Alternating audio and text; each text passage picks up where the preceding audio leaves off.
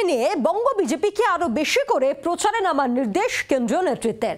CAA নিয়ে 27-এরও বেশি ক্যাম্পে বাংলা জুড়ে হতে চলেছে, তা শুক্রবার একেবারে পরিষ্কার করে দিয়েছেন রাজ্য সভাপতি শ্রমিক ভট্টাচার্য।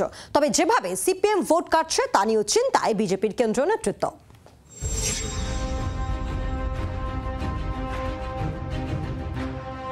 বিধানসভা ভোটের আগে রাজ্য বিজেপি নেতাদের চাঙ্গা করতে এই পথেই হাঁটছে কেন্দ্রীয় নেতৃত্ব। শুক্রবার বিজেপির এলাকা ভিত্তিক নেতাদের সঙ্গে বৈঠকে তা স্পষ্ট করে দিয়েছেন কেন্দ্রীয় মন্ত্রী ভূপেন্দ্র যাদব। সূত্রের খবর, বাংলার প্রত্যেকটি বিধানসভা আসনের জন্য আলাদা আলাদা কৌশল নিচ্ছে বিজেপি।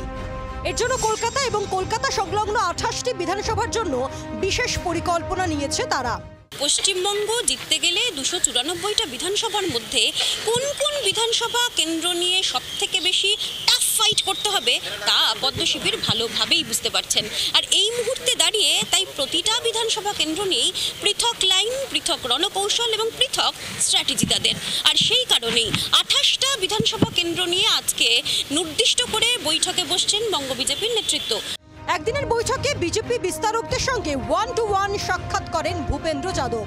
সূত্রের খবর, এসআইআর শুরুর আবহে সিএএ নিয়ে আরো বেশি করে কর্মী সমর্থকদের প্রচারে নামার নির্দেশ দিয়েছেন তিনি। বাংলাদেশের হিন্দু উদ্বাস্তুদের পক্ষে বিজেপি, তাদের কথা একমাত্র বিজেপি ছাড়া কেউ বলে না, সেটা মানুষের সামনে আছে। আর এটা তো আমরা করবো। আমাদের 700 ক্যাম্পের কথা আপনারা বলছেন, ক্যাম্পের সংখ্যা 1000-এর বেশি হবে।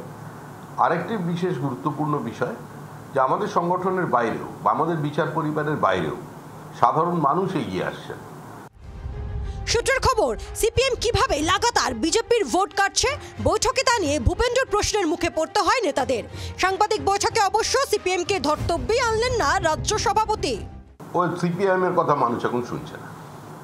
সিপিআইএম এর কথা আর আমার মনে হয় মানুষ শুনছে না। সুতরাং ওরা এই শক্তিক্ষয়টা না করলেই ভালো করবে, কারণ ওদের পরিণতি তো জানা। দিল্লিতে গিয়ে একই সঙ্গে তৃণমূলের হাত ধরে ধর্ণা দেবে যে ইডি সিবিআই এর এই প্রতিহিংসা পরায়ণ আচরণের বিরুদ্ধে ঐক্যবদ্ধভাবে লড়াই করতে হবে। সূত্রের আরো খবর, সল্টলেকে বিজেপির কার্যালয়ে হওয়া বৈঠকে দিলীপ ঘোষকে নিয়েও আলোচনা হয়। যদিও বিজেপির নতুন রাজ্য কমিটি গঠনকে দলের অভ্যন্তরীণ বিষয় বলে এড়িয়ে যান শ্রমিক। এই নিয়ে চিন্তার কোনো কারণ নেই।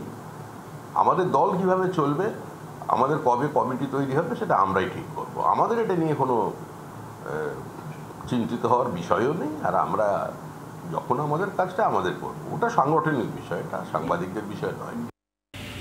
বিজেপি তারা বাংলার ইতিহাস, ভূগোল, সংস্কৃতি, অর্থনীতির সঙ্গে পরিচিত নয়।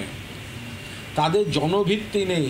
তাদের যে বাইরে থেকে যারা আসেন তারা নিজেরাও জানেন আসতে হয়, তাই আসছেন। বিজেপির আসন ভয়ঙ্করভাবে কমতে চলেছে।